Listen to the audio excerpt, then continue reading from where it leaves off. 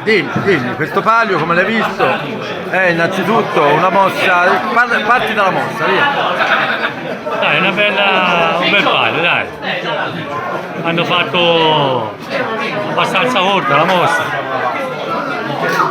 Poi l'hanno presa tutti bene, però poi questo è un cavallo eccezionale, lui ha montato veramente bene perché lo ha aspettato. Ha aspettato, vero?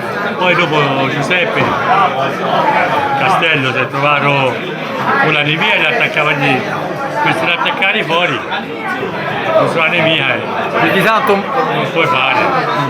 Poi questo cavallo si fa male. E lui è stato bravo ad aspettare il momento giusto.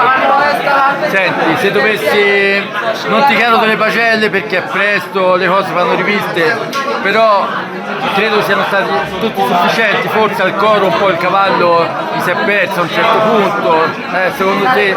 No, ma in fondo gli è venuto un po', però sai, quando sei dietro poi vediamo il timale.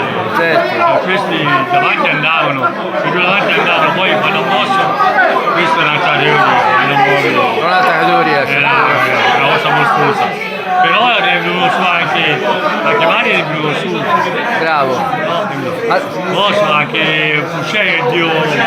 Anche il Borgo è venuto giù. Borgo, sì, con Caria è venuto, ha attaccato però poi.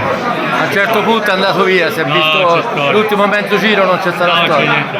Guarda quel cavallo lì, sembra che è fermo, rialzi l'occhio e ce l'hai avanti 4-5 minuti. È il reboot dei pari. Di questa contrada Voltaia che impressione hai? Il Voltaia, sai, io non è Voltaia. Sì, un po', sì, sono certo. tutte belle, certo, ora questa Ha vinto. è festante, no? Gli altri sono lì, ho passato, l'ho visto lì in quell'acqua lì, mi hanno fatto tristezza perché so che vuol dire vedere vincere l'avversario, no? Quindi...